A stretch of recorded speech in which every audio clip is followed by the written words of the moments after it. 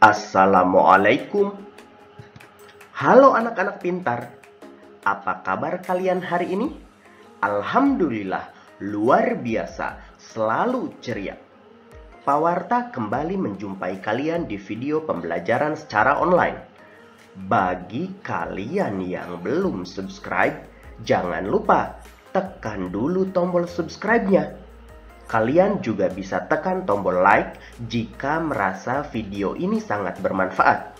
Dan kalian juga bisa meninggalkan komentar pada kolom di bawah video ini, tentu saja dengan menggunakan bahasa yang sopan ya anak-anak pintar.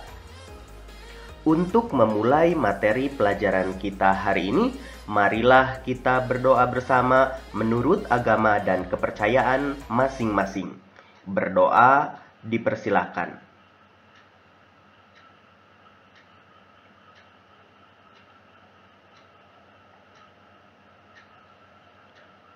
Selesai.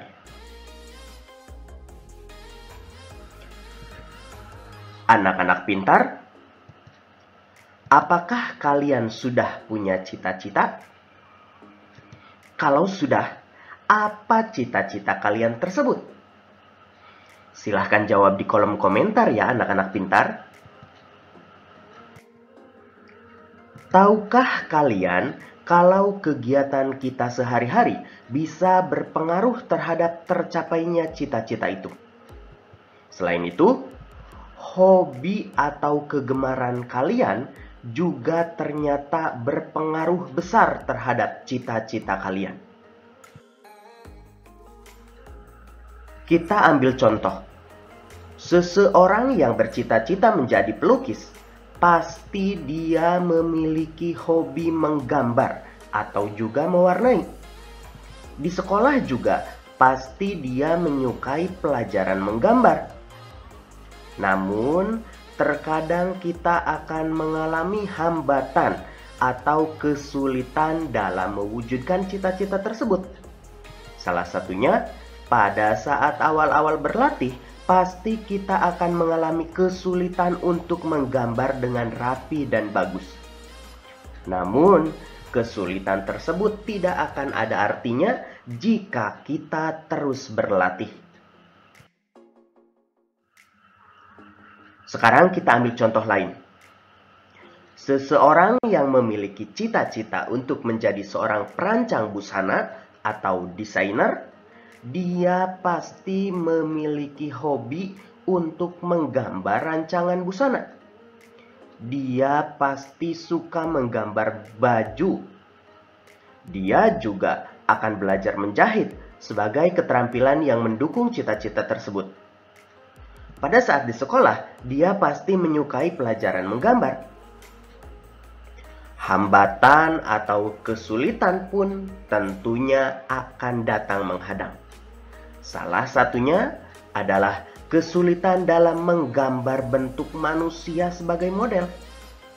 Selain itu, di awal-awal tentunya mereka akan kesulitan untuk mengaplikasikan gambar yang sudah dibuat menjadi sebuah baju. Kunci untuk mengatasi kesulitan tersebut tentu saja adalah dengan terus berlatih. Anak-anak pintar, ada banyak jenis kegiatan yang dapat kamu lakukan. Semuanya memiliki manfaat untuk mencapai cita-citamu. Oleh karena itu, kamu harus terus berusaha mengatasi kesulitan-kesulitan dalam melakukan kegiatan yang bermanfaat tersebut. Perlu kalian ketahui, orang-orang sukses yang kalian lihat saat ini, ternyata mereka juga tidak terlepas dari hambatan dan juga kegagalan.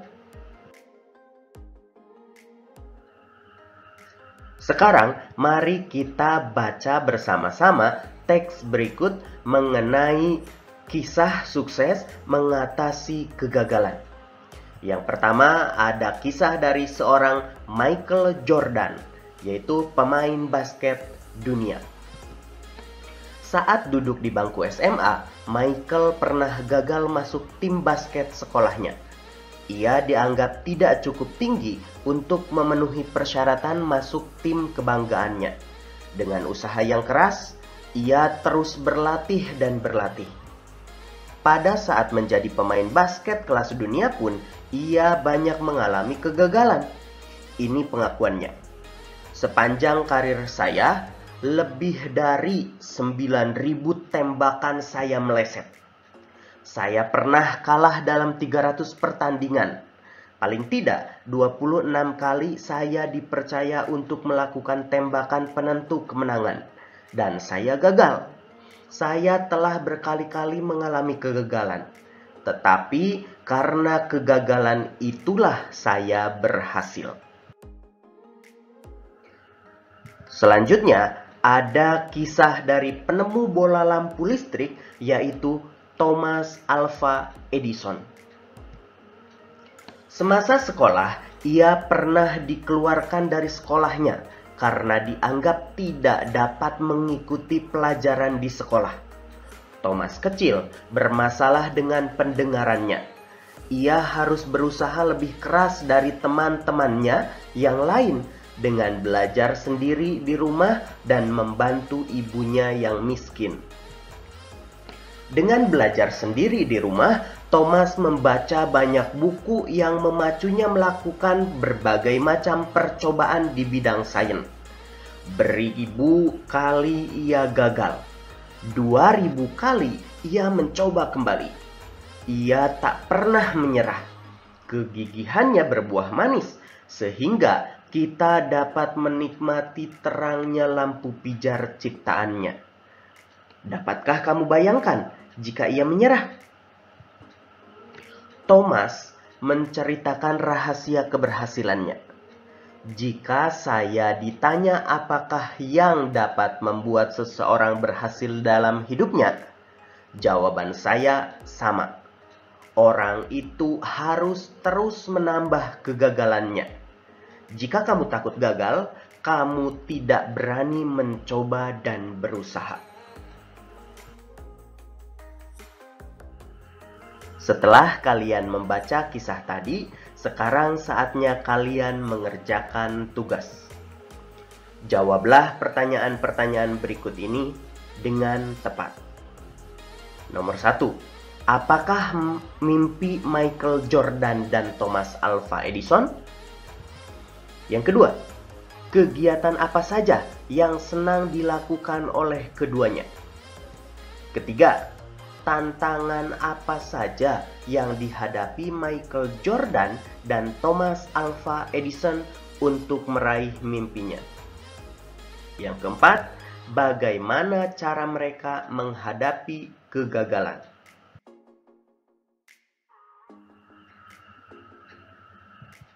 Anak-anak pintar, pantang menyerah adalah salah satu sikap yang harus dimiliki dalam mewujudkan cita-cita. Michael Jordan tidak mungkin menjadi pemain basket dunia jika saja dia putus asa dan berhenti untuk bermain basket. Begitupun dengan Thomas Alva Edison. Dia tidak akan menemukan bola lampu listrik jika dia menghentikan percobaannya pada saat dia mengalami kegagalan. Selain itu, karakteristik individu juga sangat berperan penting dalam mewujudkan cita-cita. Sebagai contoh, untuk menjadi seorang penari diperlukan sikap tubuh yang luwes dan tidak kaku. Anak-anak pintar, Pak Warta mau bertanya kepada kalian. Pernahkah kalian mengamati karakteristik orang-orang yang ada di sekitar kalian? Di antara mereka, ada orang yang berbadan tegap, ada juga yang berbadan ramping. Ada orang yang berkulit putih dan ada juga yang berkulit gelap. Ada orang yang berambut ikal dan ada juga yang berambut lurus. Ada orang yang bermata belok dan ada juga yang bermata sipit. Semua itu adalah kekayaan yang dimiliki oleh Indonesia. Negara Indonesia yang terletak di titik persilangan antara berbagai bangsa menyebabkan beragamnya ras yang ada di Indonesia. Ras berkaitan dengan ciri-ciri fisik atau ciri tubuh. Setiap suku di Indonesia mempunyai ciri fisik yang berbeda. Masyarakat yang tinggal di Papua dan Pulau Aru merupakan satu kelompok ras yang berbeda dengan kelompok lainnya. Kelompok masyarakat Sakai dari Riau, suku Kubu dari Sumatera Selatan, suku Tomuna dari Pulau Muna, masyarakat Enggano di Bengkulu, dan masyarakat Mentawai memiliki kemiripan satu dengan yang lain. Masyarakat Batak, Toraja, dan Dayak ada dalam kelompok ras tersendiri. Demikian juga dengan kelompok masyarakat Madura, Jawa, dan Bali memiliki ciri fisik yang hampir serupa. Perbedaan ciri fisik antar ras dan suku bangsa memperkaya keragaman masyarakat Indonesia. Keragaman yang menguatkan satu dengan yang lain sebagai bangsa Indonesia yang berbesar hati hidup rukun dalam perbedaan. Keragaman karakteristik individu masyarakat Indonesia itu bisa dijadikan sebagai puisi loh anak-anak pintar. Sekarang mari kita baca bersama puisi berikut. Judulnya Tanah Airku, Tanah yang Beragam. Karya dari D. Karitas. Kamu menyebut dirimu orang Toraja. Dia menyebut dirinya orang Papua. Aku menyebut diriku orang Madura. Kami menyebut diri kami orang Indonesia. Kamu bersyukur dilahirkan di tanah para raja. Dia berterima kasih bergelar mutiara hitam. Aku bangga disebut sebagai punggawa. Kami bersujud dikenal sebagai Nusantara. Tanah airku, tanah titipan para dewa. Tanah airku, tanah pusaka. Tanah airku, tanah yang beragam. Segalanya ada untuk manusia Indonesia. Mari kita rawat Ibu Pertiwi ini. Mari kita sayangi jagat Nusantara ini. Mari kita pelihara pusaka ini. Demi kita, bangsa Indonesia. Setelah kalian membaca puisi tadi, sekarang kalian kerjakan tugas berikut ini. Tuliskan makna yang kamu tangkap dari masing-masing bait pada puisi tersebut. Mulai dari makna puisi pada bait pertama, kemudian makna puisi pada bait kedua, lalu makna puisi pada bait ketiga, makna puisi bait keempat, dan yang terakhir makna puisi secara keseluruhan. Kalian bisa memundurkan video ini untuk melihat kembali puisinya, atau kalian bisa melihat puisi tersebut di buku siswa. Selamat mengerjakan. Anak-anak pintar, demikianlah materi pelajaran kita hari ini. Pak Warta sedikit berpesan kepada kalian. Keanekaragaman bentuk fisik yang ada di sekitar kita bukanlah alasan bagi kita untuk berselisih. Kita semua adalah saudara. Sayangilah mereka seperti kita menyayangi keluarga kita sendiri. Akhir kata dari Pak Warta. Wassalamualaikum warahmatullahi wabarakatuh.